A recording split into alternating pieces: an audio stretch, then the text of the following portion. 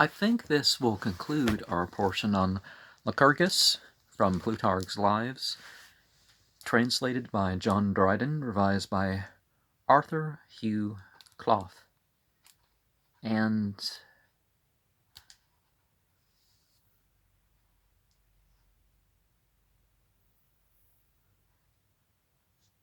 "For," said they, "the masters do not like it, so that it was truly observed by one, that in Sparta he who was free was most so, and he that was a slave there, the greatest slave in the world. For my part, I am of opinion that these outrages and cruelties began to be exercised in Sparta at a later time, especially after the great earthquake, when the Helots made a general insurrection,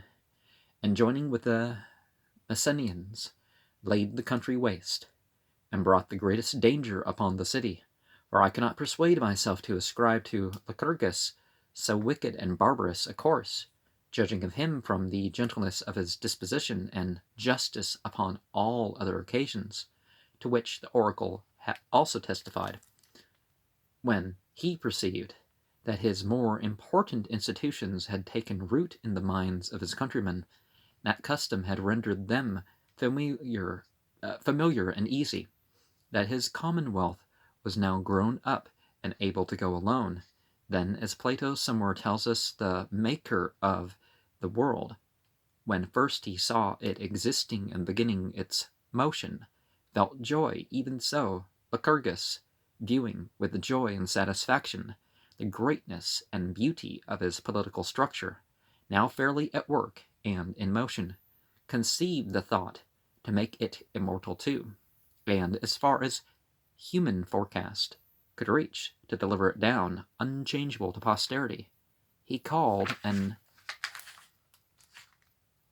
extraordinary assembly of all the people, and told them that he now thought everything reasonably well established, both for the happiness and the virtue of the state, but that there was one thing still behind of the greatest importance, which he thought not fit to impart until he had consulted the oracle. In the meantime, his desire was that they would observe the laws without the least alteration until his return, and then he would do as the entity should direct him. They all consented readily, and bade him hasten his journey,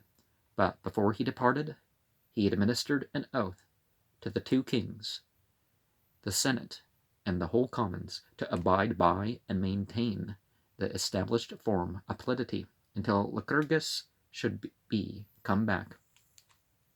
This done, he set out for Delphi, and having sacrificed to Apollo,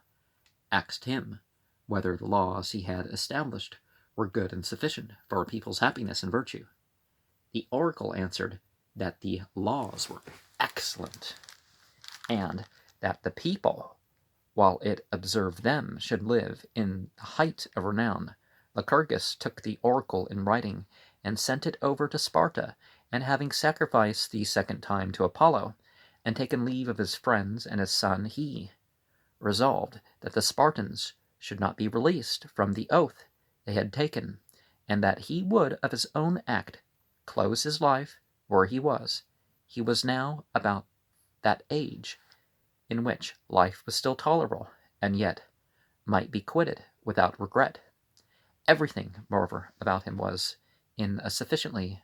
preposterous condition. He therefore made an end of himself by a total abstinence from food, thinking it a statesman's duty to make his very death, if possible, an act of service to the state, and even in the end of his life to give some example of virtue and effect, some useful purpose. He would, on the one hand, crown and consummate his own happiness by a death suitable to so honorable a life, and on the other hand, would secure to his countrymen the enjoyment of the advantages he had spent his life in obtaining for them, since they had solemnly sworn the maintenance of his institutions until his return. Nor was he deceived in his expectations, for the city of Lacedaemon continued the chief city of all Greece for the space of 500 years, in strict observance of Lycurgus's laws, in all which time there was no manner of alteration made, during the reign of 14 kings, down to the time of Agis, the son of Archidamus, for the new creation of the Ephori, though thought to be in favor of the people, was so far from diminishing that it very much heightened the aristocratical character of the government. In the time of Agis, gold and silver first flowed into Sparta, and with them all those mischiefs which attend the immoderate desire of riches. Lysander promoted this disorder, for by bringing in rich spoils from the wars, although himself incorrupt, he yet by this means filled his country with avarice and luxury, and subverted the laws and ordinances of Lycurgus, so long as which were in force. The aspect presented by Sparta was rather that of a rule of life followed by one wise and temperate man, and of the political government of a nation. And as the poets feign of Hercules, that with his lion's skin and his club, kind of like the Osiris myths, right?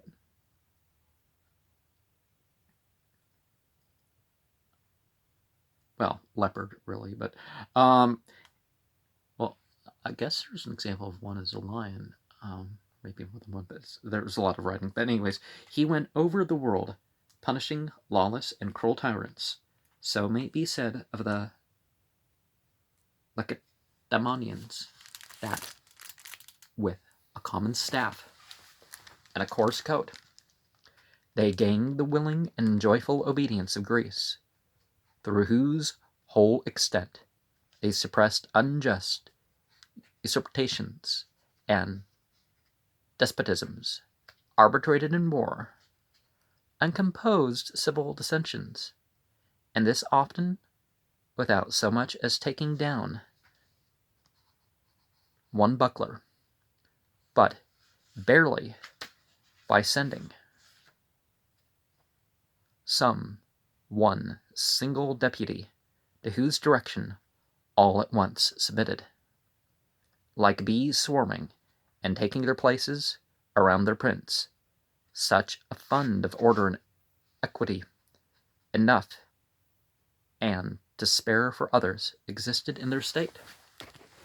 And therefore I cannot but wonder at those who say that the Spartans were good subjects, but bad governors, and for proof of it allege a saying of King Theopompus, who, when one said that Sparta held up so long because their kings could command so well, replied, "Nay, rather because the people know so well how to obey. For people do not obey unless rulers know how to command. Obedience is a lesson taught by commanders. A true leader himself creates the obedience of his own followers, as it is the last attainment in the art of riding to make a horse gentle and tractable. So it is of the science of government to inspire men with a willingness to obey. The Lacedaemonians inspired men not with a mere willingness, but with an absolute desire to be their subjects, for they did not send petitions to them for ships or money, or a supply of armed men, but only for a Spartan commander, and having obtained one, used him with honor and reverence. So the Sicilians behaved to Gylippus, the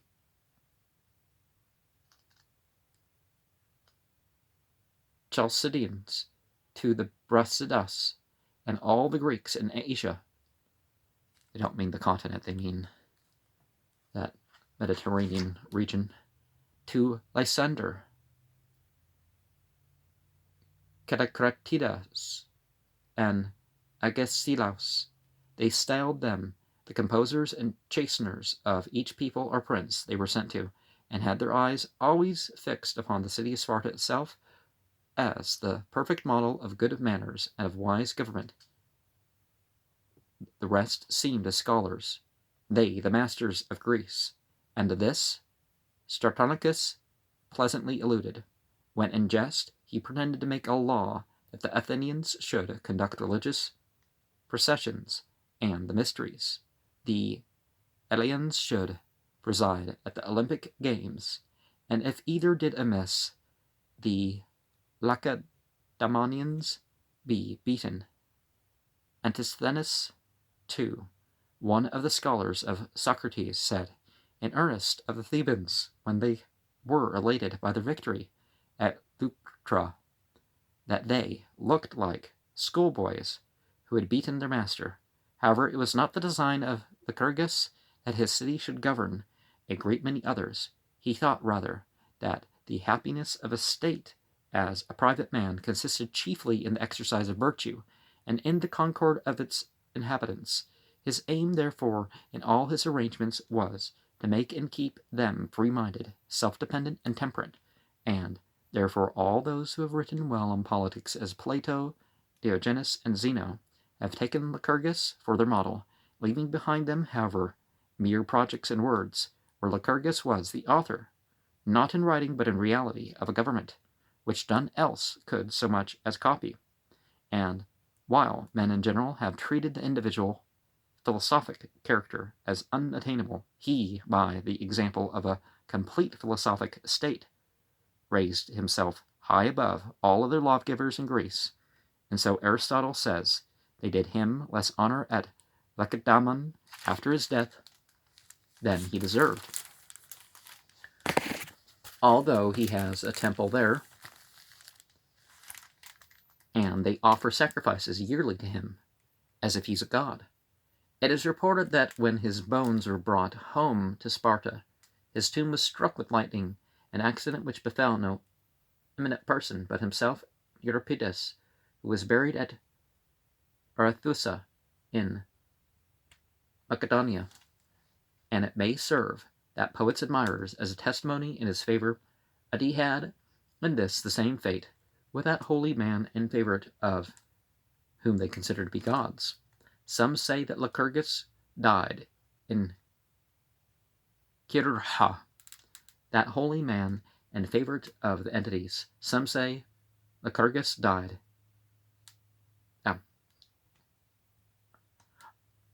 Apollothones says, after he had come to Elis, Timaeus, and Aristoxenus, that he ended his life in Crete. Aristoxenus says that his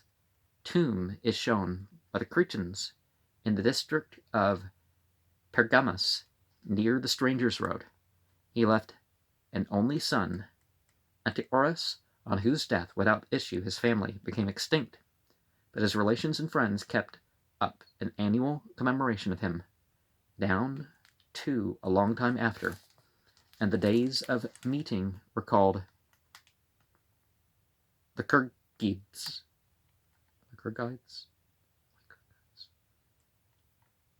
Aristocrates, the son of Hipparchus, says that he died in Crete, and that his Cretan friends, in accordance with his own request, when they had burned his body, scattered the ashes into the sea, for fear lest, if his relics should be transported to Lacedaemon, the people might pretend to be released from their oaths and make innovations in the government. Thus much may suffice for the life and actions of Lycurgus.